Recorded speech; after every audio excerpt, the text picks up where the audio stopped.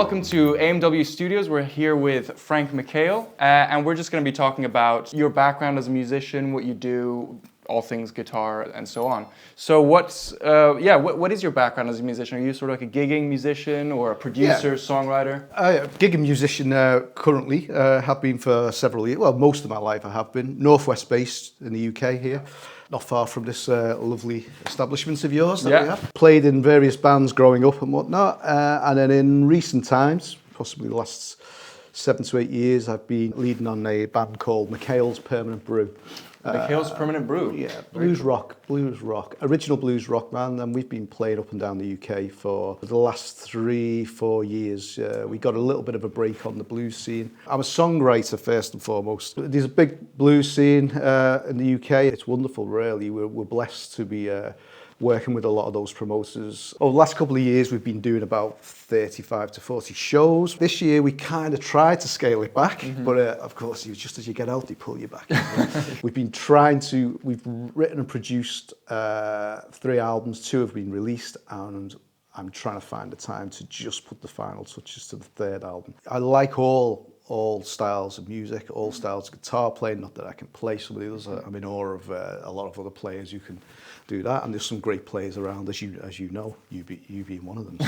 So, but the blues, rock, that for me, when I started the band this time round, I really wanted it to be sort of based around that 70s guitarist, singer-songwriter, rock sort of approach, you know. Okay, yeah. But everything from going heavier to like Purple, Deep Purple, all those old bands. But at the same time, you know, I was a young lad when grunge came around, you know, and I love grunge, and the band loved the grunge as well. Cool. So we're not the usual traditional blues acts that you would see on a lot of those circuits. Right, yeah. Those guys doing that traditional stuff, they really take it serious, and you know they learn that stuff. We're a little bit more looser on that, you know. We can be a bit edgier in places. We also loved songwriting, the craft of it, and trying to get better at it and learning that. So my brother's the singer, and he plays acoustic guitar in the band, and he'll come with just a couple of real basic chords and an idea for a melody. And as you know yourself, if you like the songwriting, all you need is a melody and a particular hook, and you're in, aren't you? It takes you somewhere, and I love that, you know. And it could be a lyric, or it could be a riff, a chord progression, and you're up and running. And that, still to this day, that's what really sort of floats my boat. I suppose as a genre, it is a traditional genre that you don't see a lot of rule bending in the blues. One of the questions I wanted to ask you was, do you take inspiration from specific players that you sort of idolize or you're influenced by? Well, it's a cliche, isn't it, when you say it's in it all, isn't it? If you're into that guitar style based music, but you know, I'm also, you know, anything like the Grateful Dead, which you wouldn't particularly associate with the blues. It goes off on a bit of a trip, literally. But I'm a massive Zappa fan as well, much to some of my friends' distaste. Don't get it, but I am a huge Zappa fan. Did you throw in some Zappa licks in your playing? Am I playing? I'm not sure. I can. I could. Because he's sort of all over the place, like fusion. Yeah, and jazz. yeah, exactly. And he's playing. He was great at. I mean, he was a genius, wasn't he? Really, like him or loathe him. There never seems to be a middle ground. You either like it or you don't. And, but he was a genius. But when you listen to some of his compositions, and there'll be huge pieces of music, when it come down to his solos, it would often be like a 2-chord jam, and he'd fall back into his blues influence is there, and he's playing. You know, so. But he was a very fast player as well, I think, ahead of his time. Wasn't he the sort of mentor to Steve Vai or something? Of course, yeah. So Steve was, I think it was one of his big breaks. He went to work for Zappa originally to write for him, to score all these guitar bits, and he ended up being in the band. You know, That's mad, because he was a super young guy at the time. Adrian Belew as well, which most people overlook. So those guitarists who were just kind of to the side of, you know, what people would consider as commercial and more famous players. I mean, when you look at blues, Rory Gallagher, amazing, as is Clapton, but they're not. I don't think they're anywhere near the same. It's just they don't sound the same at all. But they're both blues players, you know. But Rory Gallagher, you know, he didn't have the acclaim he deserved at the time that he gets now, you know. So.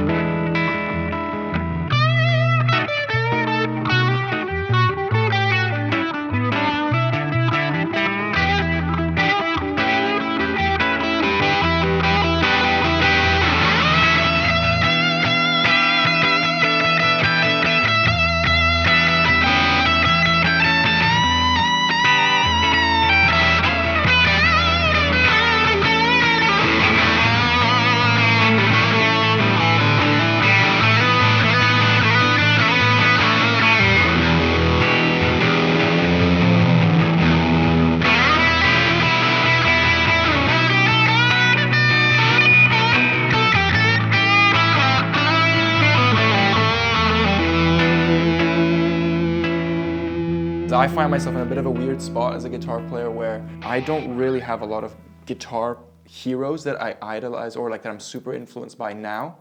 I was when I was younger, but I just always liked bands and songwriters and artists for their songs rather than like you know, specific guitar players. I was actually thinking about this. I tend to like bands with 2 guitar players because we did a video on the Strokes recently. Oh yes. You know, obviously the Beatles, they had multiple guitar players and multiple singers and songwriters.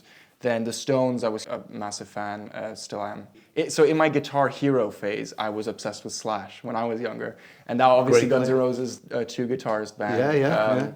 And again, talking about guitarists and songwriters who get overlooked, you know, Izzy Stradlin, who, you know, the original rhythm guitar player in Guns N' Roses, the amount of songs that he actually penned within the band on those two albums.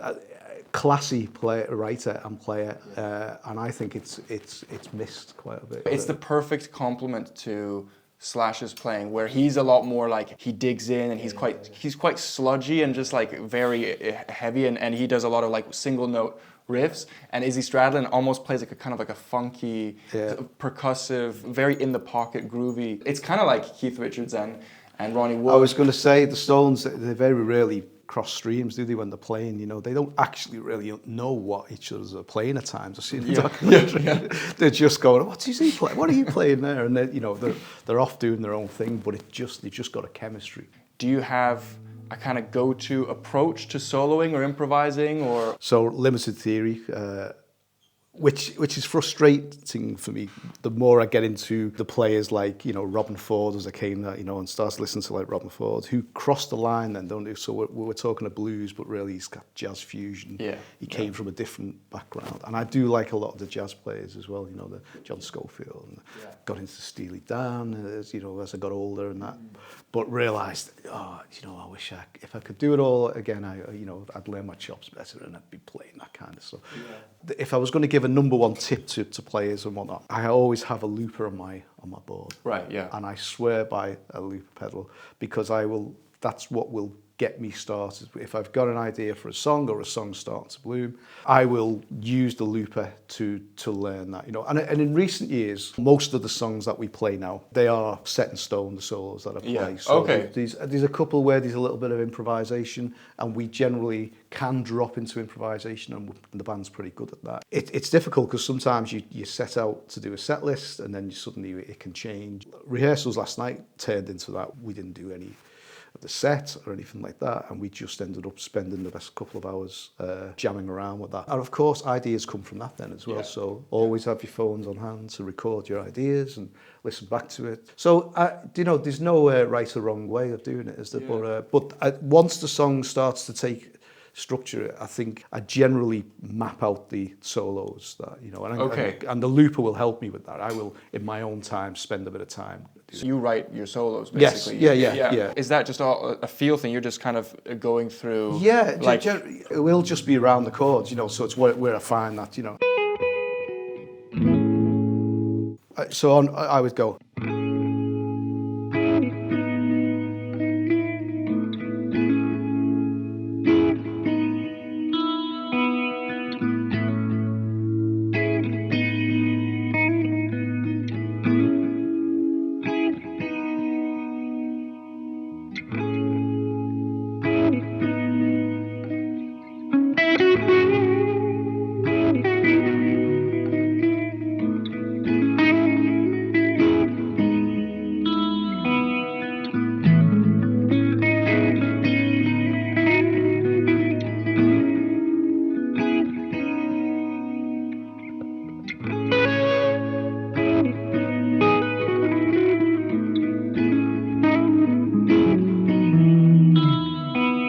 Just any, you know, and it's simple 2 chords, drop down. And I do tend to simplify when it goes to a solo. You can make it seem more complicated than it actually is by getting the band to interact at certain times. It's about layering the song then and that. Yeah, I mean, that was obviously very tasteful, and you're taking breaks in between lines. You're not constantly playing. Yes, yeah. Talking of influences again, massive Lindsey Buckingham fan, I think. You know, Mike Campbell from Tom Petty and the Heartbreakers. Guys who kind of get overlooked by the just the sheer size of the bands that they've been in and the history of those bands. As I've got older, that's where I've gravitated to, that kind of Who feel. played the solo on Landslide? Is that Lindsey Buckingham? It is Lindsey Buckingham. Because that yes. song, I mean, I think that's one of the perfect solos, I think, because it's so tasteful. The way he comes in, it's so delicate. Yeah. Again, you know, talking about how these days I just listen to music like bands more so than just like guitar music with like lots of solos. That was a song that when I heard it, I was just blown away by the solo. I was like, oh, it takes me back to wanting to learn solos because it was perfect. I agree, and it's a change. It's changed my approach to it. That really sort of has informed my approach to serving the song.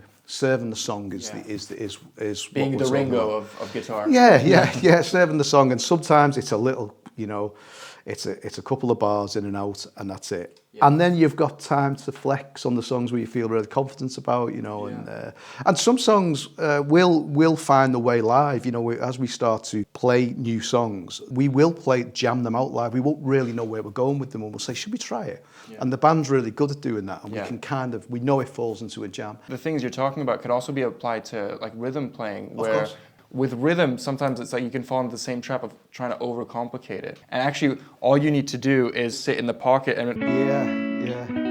One of the things that is to do, which I love doing, is I will come up with an idea and it'll be guitar heavy. I'll be playing all over it. I might just do a quick demo. I might send it to the lads. Then becomes a structure of a song and everybody starts playing a bit. I then like to take out as much as I can of what I've started off with. If I can get to a point where I can literally stop playing and I can still hear the melody and the original concept of the song, nothing excites me more than that. And it's almost like you can sit back and go, you know, here I am now, and then I can come back into it. Very good tip for producers, songwriters, and just musicians in general is try to keep whatever you've created to its bare essence. Yeah. Remove the layers, peel back until it's only what's necessary, and then if you feel like you can add, you know, that final element, then you come back in with just enough. It's like, okay, what's actually like important about the song? Do we need to add layers and layers, or should we actually just have chords here and there, and then just a few lead lines rather than a full guitar arrangement over everything? Absolutely. And again, there's no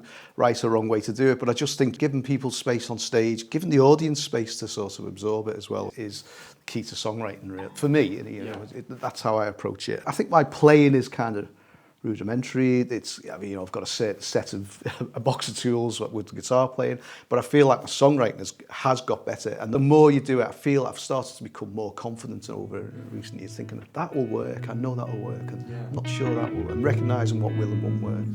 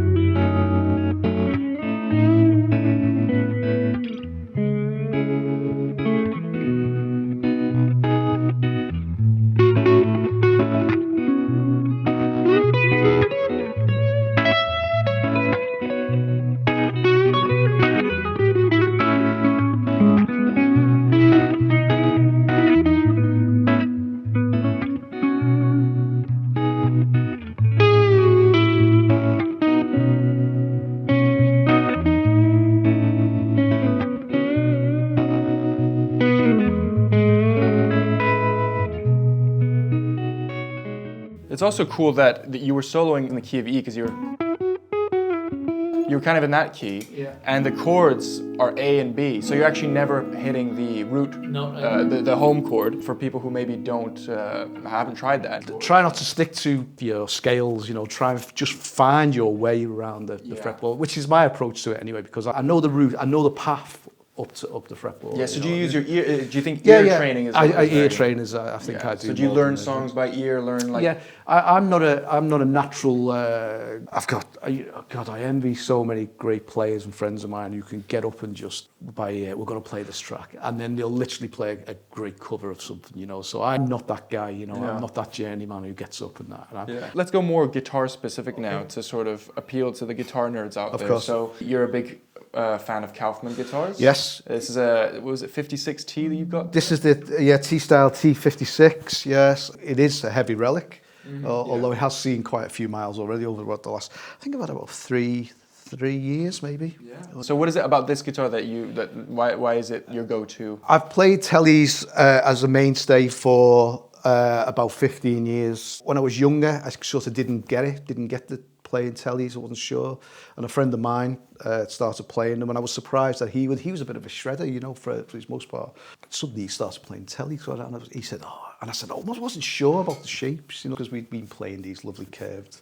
Yeah, it is just a slab of wood, Yeah, isn't it? It's a slab of wood, and I didn't get it. I was like, that's an old guitar from me. And he was like, once you start, he said something to me, he said, once you get used to it, there's no going back. Came across Kauffman's, thought, I'll go and try it. And at that point, I had some custom shops and so on. And I just went in and thought, what are these? That's when I thought, God, they look nice. They look really nice. And I picked it up, and I just fell in love with them. I thought they were amazing. The S-types, the pickups are amazing. Yeah. You can see the quality in the make, that's in them. And they're every bit as good as the other brands that are doing relics. Yeah, the detail they put into their, I think they call it time travel treatment, their relicking. Yep. It's amazing. The necks for me as well, absolutely perfect. There's a story about this particular model. I literally picked it up, came to the shop, picked it up, and then I had a local festival, and I hadn't even dialed it in or anything, and I went straight to the festival. It felt that good. Felt like I'd had it for years. I just rocked up at the festival and I used it at the gig that night. Really? Yeah. Oh, straight out the bag. Yeah. It just felt great, and I still thought, I'm just going to use this. I was so straight out the bag, straight onto the stage. Oh. Sounded wonderful. The last couple of years, this has been my workhorse, really. I also use some of the cream teas as well. Yeah, so we can switch over to the Aurora, actually. Yeah, sure. Right, so this is the Aurora BFGT, and you said you played a few of these? Yes, so I had a couple of, doing as much playing as we were doing, I found myself with a really bad case of tendinitis. I was really struggling. And I do like, traditional sort of chunkier neck as on the T-styles and so on. But I was really struggling to play some guitars. But I found that because of playing with the slightly slimmer profile, it gave me a bit of relief, on the pain and that. So I took that out for several months, and I used that as my main until I started to recover from it. But it was a great guitar. I wanted that sort of junior style size, for that. That's really what appealed to me. If we just turn the guitar over, you can see the GX pickup swapping system. So was that something that you ever tinkered with? Yeah. So I think when I got mine, I bought another 3 sets of pickups, 2 or 3. It was fantastic to record with, and you could really tell the difference using the same guitar and flipping the pickups. When you play it back, it does sound like you're using P90. That's obvious a P90 sound there. Yeah, that's obviously a Booker sound. So wonderful guitar. I mean, the finishes on them are just absolutely amazing.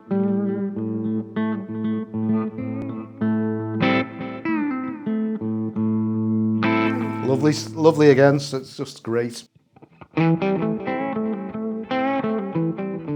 They come stock with the cream tea Whiskerbucker pickups, and then now we can just switch over if you want to try out the GX system. We'll do the Duchess P90s. I know this well, so there we go for our neck. And our bridge. Yeah, the bridge. As you said, like a tool for the studio.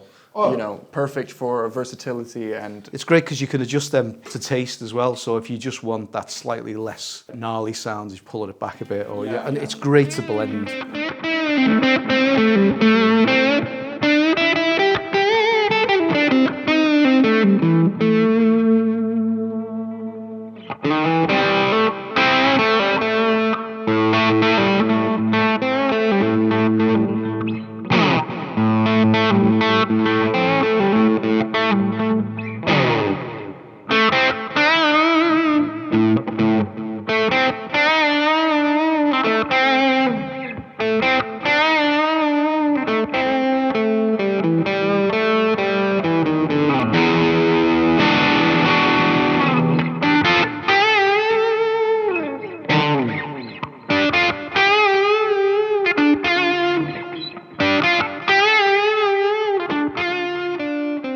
So just to wrap things up, I'm going to put you on the spot slightly. So I'm going to ask you maybe a few questions about favorite guitar players, favorite albums, favorite whatever. Okay. They don't have to be your all-time favorite. It could just be your favorite today, whatever you're feeling today. Yeah. Do you have 5 favorite guitar players? Oh, 5 favourite guitar players. Just That what gives you're me. feeling No, that's today. good. No, that's good. So, you know, without a doubt, I would have to say Gilmour's up there. You know, for the Floyd influence, which you can see through some of our songs. Richie Blackmore for the live influence. So growing up watching Deep Purple and Rainbow videos and whatnot, and still to this day, I just love his playing. I think he's exciting and dangerous player. You know, it just feels edgy, which is amazing. Zappa, without a doubt, is one of my all-time favourites as a player. Jeff Beck is, you know, everything Jeff Beck ever done was just unbelievable. And then, you know, I would say, so many, because then you start thinking you've missed Jimmy off, haven't you? Missed Jimmy Page off, you know, all of those stock great players, you know, that should be up there. Yeah. But I love Robin Trower, you know, I love his playing as well. So, but then I love Neil Young as well, as a curveball on there. So. Do you love him for his guitar playing specifically? Well, I love that. Again, I love that edginess. I love those players who just push it and just take it out a bit further, you know. And you know, Neil Young, you don't know what you're going to get on a live gig. It could be, and it could be so subtle in that. And then when he plugs in that Les Paul, that black Les Paul, he can just make it sound like the whole world's coming down. Yeah, you know? So amazing. I think I'm with you on that though. I also not to say that I'm not a fan, but I think I prefer the slightly more scrappy players. Yeah. I never found super appealing like the incredibly technical virtuoso. No. As I said, I prefer just guitar players that were good within the context of the band, or just have like a distinct style, a uniqueness, you know. Yeah. And I going back to, of course, I kind of changed my 5 already. You know, going back to, you know, Lindsey Buckingham and Mike Campbell, just players that sit within the song, you know, as well, that classiness. So it changes all the time. So Guitar Heroes, great, but I consider them more like songwriters. Yeah.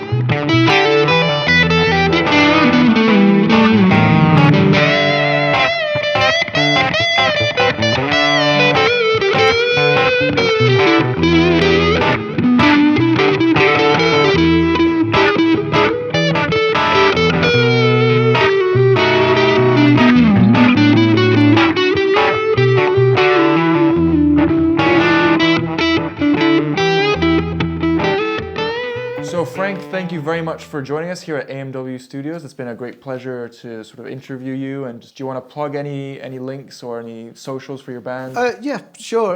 So Frank McHale, McHale's Permanent Brew is the band. You can find us on all the socials. Appreciate a thumbs up or a shout out or a kind comment. Yeah, so nice. A kind one would be good. A kind one would be good. Any comments, you know. Thanks for having us. I've really enjoyed it. So. Of course, yeah. And if you want to check out any of the brands we've talked about in this video, so we've got the Stromberg, the Cream Tea, and the Kauffman, please check out our website at auroramusicworks.com. Thanks for watching.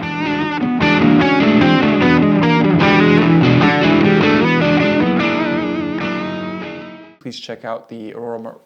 Fuck. You're So close. I do close. that every